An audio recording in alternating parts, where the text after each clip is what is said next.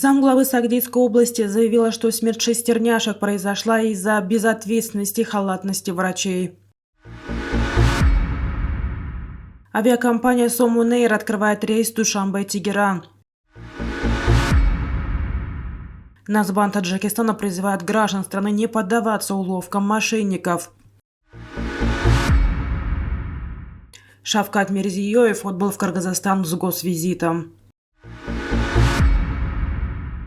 Заместитель главы Сагдийской области Зайнура Азими 25 января на совещании с участием ответственных лиц по работе с женщинами и семьей обратила внимание на случай смерти шестерняшек в Сагдийском областном родильном доме. Они умерли из-за безответственности и халатности работников всех соответствующих структур области, в частности врачей, заявила она. Азими выразила беспокойство по поводу недостаточно тесного сотрудничества между местными органами. В этом случае должностные лица совместно не сработали, чтобы предотвратить случай нежелательной смерти детей.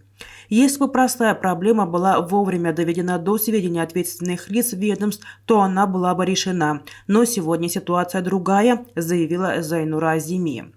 На видеосовещании, которое попало в распоряжение информагентства «Азия Плюс», Зайнура Азими отметила, что причину увеличения нежелательных поступков она видит в легкомыслии некоторых сотрудников отдела по работе с женщинами. Было отмечено, что именно из-за безответственности в 2022 году в Баджун-Гафуровском районе Согда было зарегистрировано 3 случая смерти матерей при родах, что больше, чем за аналогичный период 2021 года.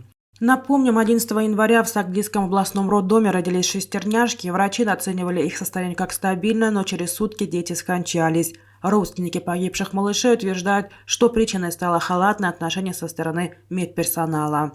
До сих пор неизвестно, была ли по факту смерти новорожденных проведена доследственная проверка. Тем временем в Казахстане врачи спасли 500-граммового малыша. Так, алматинские врачи спасли новорожденного весом 510 граммов, передает Ингрис.кз. Врачи боролись за его жизнь 107 дней. Сегодня из Центра перинатологии и детской кардиохирургии выписан новорожденный, который появился на свет 11 октября прошлого года на 25-й неделе беременности. Как рассказывает врач-неонатолог-реаниматолог Анель Бейсеева, ребенок смог задышать самостоятельно лишь на 38-е сутки. 30 дней новорожденный провел на искусственной вентиляции легких, и только после проведения всей необходимой медпомощи он был переведен на неинвазивную вентиляцию легких. На 42-е сутки жизни ребенка перевели в палату интенсивной терапии. Как рассказывает лечащий врач отделения Гульмира Желдибаева, тогда его состояние оценивалось как тяжелое, но стабильное. На сегодня же состояние ребенка оценивается удовлетворительное. Сейчас вес его составляет 2710 граммов. Сегодня он выписывается домой. Конечно же, ребенок в дальнейшем будет наблюдаться у специалистов амбулаторно, отмечает врач. Авиакомпания «Сомунэйр» объявляет об открытии рейса в столицу Ирана Тегеран. Об этом сообщает пресс-служба авиакомпании «Сомунэйр». Как ожидается, первый рейс состоится 31 января 2023 года. Время вылета из Душанбе в 17:30, из Тегерана в 20:20 по местному времени. Согласно установленному расписанию, с 10 февраля рейсы из Душанбе в Тегеран будут осуществляться с регулярностью один раз в неделю по пятницам. Вылет из Душанбе в 14:30, из Тегерана в 17:20 по местному времени. Время в пути следования из Душанбе в Тегеран 2 часа 50 минут, в обратном направлении 2 часа 20 минут. Рейсы будут выполняться на самолетах Boeing 737-800 и 900. Национальный банк Таджикистана призывает граждан страны не идти на поводу у мошенников, обещающих большие заработки от имени крупных компаний. В данном случае речь идет о роликах, появившихся в последние дни в социальных сетях, где людям предлагают приобрести акции российской компании «Газпром Инвест» и сулят большую выгоду. Отмечается, что в рекламных роликах, которые демонстрируются в соцсетях, фигурирует имя российской энергетической компании «Газпром Инвест». На самом деле ничего общего с «Газпромом» эти ролики не имеют, и здесь в действиях мошенников прослеживается очередная финансовая пирамида. Нацбанк сообщает, что в банк поступили заявления граждан о мошенничестве. Они поверили рекламному ролику и по своей воле перечислили определенные денежные суммы со своих банковских карт на карты третьих лиц, реквизиты, которые указываются в этих роликах.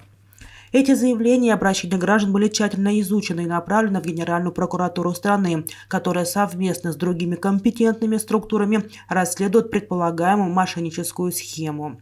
Нацбанк подтверждает мошеннические действия этих групп в социальных сетях в Таджикистане, не располагает данными о деятельности мошенников на территории других стран СНГ. Национальный банк призывает граждан Таджикистана не верить таким роликам с пустыми обещаниями, так как данная группа мошенников не имеет общего ничего с компанией «Газпром Инвест», а лишь выкачивает деньги у доверчивых граждан. Президент Узбекистана Шавкат Мирзиёев по предложению президента Кыргызстана Садыра Жапарова 26 января отбыл в эту страну с государственным визитом. Об этом сообщает пресс-служба президента Республики Узбекистан. На переговорах на высшем уровне будут обсуждены вопросы дальнейшего укрепления отношений дружбы, добрососедства и стратегического партнерства, наращивания взаимной торговли, поддержки промышленной кооперации и продвижения региональных инфраструктурных проектов, говорится в сообщении. Кроме того, предусматривается принятие солидного пакета двухсторонних документов.